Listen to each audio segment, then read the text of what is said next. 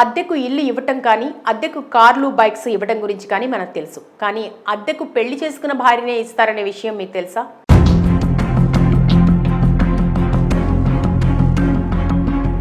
అవును, మీరు వింటున్నది అక్షరాల నిజం.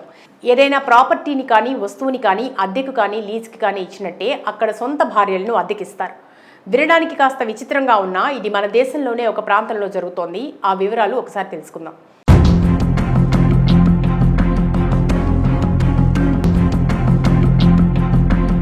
మన దేశం రోజు రోజుకి అభివృద్ధి పథంలో ముందుకెళ్తూ ప్రపంచ దేశాలతో పోటీ పడుతుంటే మన దేశంలోని కొన్ని ప్రాంతాల ప్రజలు మాత్రం వింత పద్ధతులను అనుసరిస్తూ అనాగరికం వైపు అడుగులు వేస్తున్నారు.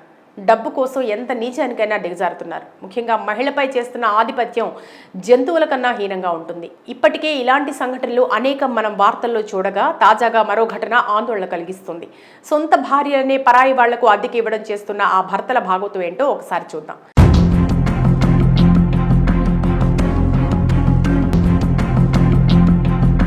సాధారణంగా మనం ఇల్లు, కార్లు, టెంట్ సామాన్లు అద్దెకివ్వడం చూస్తుంటాం. కానీ భార్యను అద్దెకివ్వడం చూసారా? అసలు ఎప్పుడైనా ఈ మాట విన్నారా? ఈ భాగవతం ఎక్కడో కాదు, మన దేశంలోనే జరుగుతుంది. మధ్యప్రదేశ్లోని శివపురిలో భార్యలను పరాయి మగాళ్లకు అద్దెకిస్తారు. ఇక్కడ 10 రూపాయల నుంచి 100 రూపాయలకి కూడా భార్యలను అద్దెకిస్తారు.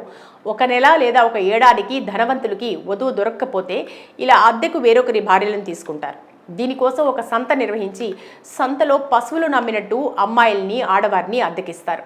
పరాయి వ్యక్తి నుంచి డబ్బులు తీసుకున్న భర్త తన భార్యను కాంట్రాక్ట్ మీద ఆ వ్యక్తితో పంపిస్తాడు. ఈ క్రమంలో భార్య, పరాయి వ్యక్తి ఇద్దరూ 10 రూపాయల నుంచి 100 రూపాయల స్టాంప్ పేపర్ మీద ఈ ఒప్పందం కుదుర్చుకుంటారు. ఆ స్టాంప్ పేపర్ని అద్దెకిచ్చిన ఆవిడకి ఇవ్వడం వల్ల ఆమెను తిరిగి మళ్ళీ యజమాని అంటే భర్త కొనుక్కునే అవకాశం ఉంటుంది. కాంట్రాక్ట్ పీరియడ్ అయిపోయాక ఆ ఇల్లాలి మీద ఓనర్షిప్ అనేది మళ్ళీ ఎవరైతే ఎక్కువ డబ్బు చెల్లిస్తారో వారికి వెళ్ళిపోతుంది. లేదా అంతకుముందు అద్దెకు తీసుకున్న వ్యక్తే ఎక్కువ డబ్బులు చెల్లించి కాంట్రాక్ట్ని రెన్యువల్ చేసుకోవచ్చు.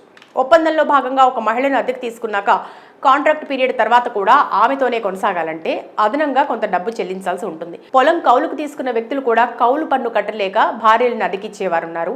పెళ్లైన అమ్మాయిలనే కాదు, పెళ్లి కాని అమ్మాయిలను కూడా తల్లిదండ్రులు వేరొకరికి అద్దెకిస్తారు. మైనర్ అమ్మాయిలకు, పెళ్లి కాని అమ్మాయిలకు అక్కడ డిమాండ్ ఎక్కువ. పెళ్లైన వారి కంటే కూడా 8 నుంచి 15 ఏళ్ల వయసున్న అమ్మాయిలకే ఎక్కువ ప్రాధాన్యత ఇస్తారు. 15,000 నుంచి 25,000 మధ్య ఒప్పందం అనేది కుదుర్చుకుంటారు. ఎంత వయసు తక్కువ ఉంటే అంత ఎక్కువ డబ్బు డిమాండ్ చేస్తారు కుటుంబ సభ్యులు. ఆ అమ్మాయి కన్య అయి అందంగా ఉంటే ఒక్కోసారి 2 లక్షలకు కూడా పోతుంది ఆమె ధర. ఒకవేళ కన్య కాని అమ్మాయి అయితే వారి స్కిన్ కలర్ బాగుండి ఎంత తక్కువ మందితో గడిపారు అన్న అంశం మీద 10,000 నుంచి 15,000 పలుకుతుంది.